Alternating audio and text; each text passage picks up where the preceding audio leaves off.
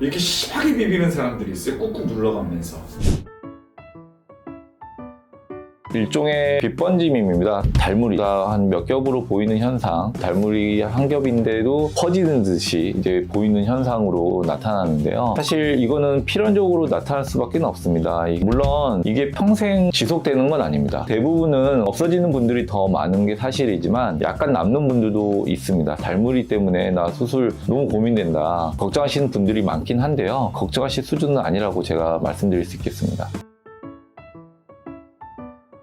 이제 수술 후에 네. 혹시 불편한 점이 없을까요? 불편한 점이 있으면 말씀해 주세요. 불번짐이 있습니다. 근데 예. 이제 저한테는 이게 불편한 요소가 안 됐어요. 개인적으로는. 왜냐하면은 하드렌즈를 장시간 끼면 원래 빛번짐이 생겨요. 오히려 렌즈 삽입술을 한 상태의 눈이 빛번짐이 덜합니다. 야간에 운전을 해도 크게 비교가 되거든요. 하드렌즈가 컨디션이 안 좋으면 저 일부러 최대한 숨목 운동이라고 하잖아요. 하드렌즈를 움직여주는.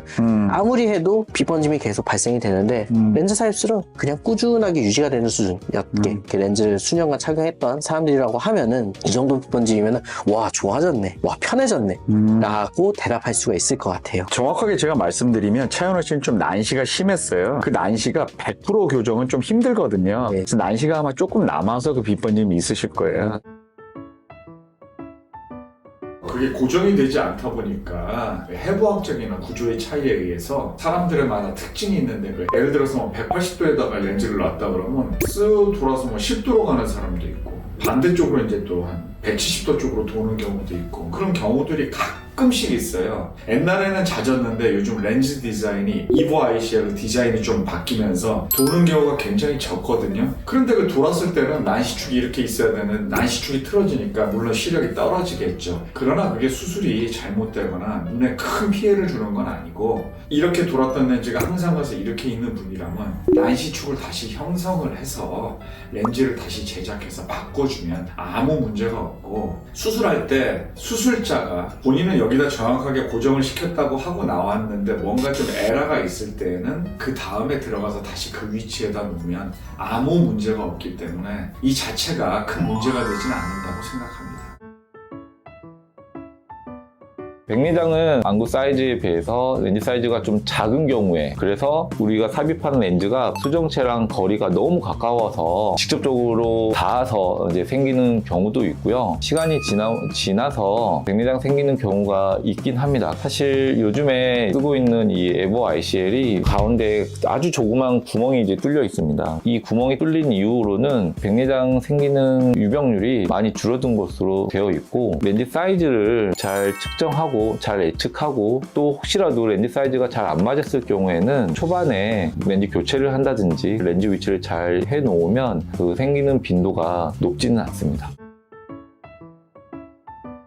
녹내장은 렌즈 사이즈가 너무 커서 생기는 경우가 제일로 많고요. 렌즈 사이즈가 너무 크다 보니까 안압 조절이 잘 안 되다든가 아니면 홍채와 렌즈의 이제 마찰로 인해서 속도가 떨어져 나와서 우리가 섬유주라고 하는 곳에 이제 막히는 경우가 있습니다. 그러면 또 안압 조절이 안 되는 거거든요. 그래서 이제 생기는 이제 녹내장이 있는데 마찬가지입니다. 렌즈 위치를 잘 위치시키는 게 가장 중요하고요. 후자로 말씀드린 정기적인 관찰이 꼭 필요하다고 하겠습니다. 피세포가 줄어드는 거에 있어서는 사이즈가 잘 맞더라도 생기는 경우가 가끔 있습니다. 그래서 전적으로 정기적인 관찰을 통해서 저희가 빨리 미리 발견하는 수밖에 없습니다. 그래서 숫자가 너무 빠른 속도로 이제 줄어든다거나 일정 숫자 이하로 줄어든 경우에는 렌즈를 어쩔 수 없이 이제 빼야 되기 때문에 정기적인 검사가 꼭 필요합니다. 뇌피세포는 아무래도 우리가 이제 생각할 때 이제 메카니컬하게 기계적으로 이렇게 맞닿아서 이렇게 생긴다고 해요. 맞닿으려면 어떻게 돼야 되죠? 각막이 이렇게 눌려야겠죠. 각막이 눌리려면 어떻게 해야 되겠죠? 심하게 비벼야겠죠. 이렇게 심하게 비비는 사람들이 있어요. 꾹꾹 눌러가면서.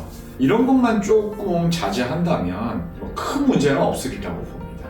700, 500 뭐 그런 것도 크게는 상관이 없다고 하는데 뭐 의미 있게 봤을 때 1년 안에 뭐 10% 이상이 의미 있게 떨어진다던가 아니면 감소하는 것이 수술자가 봤을 때 의미 있게 좀 줄어든다거나 그럴 때는 좀 유심히 봐야겠죠.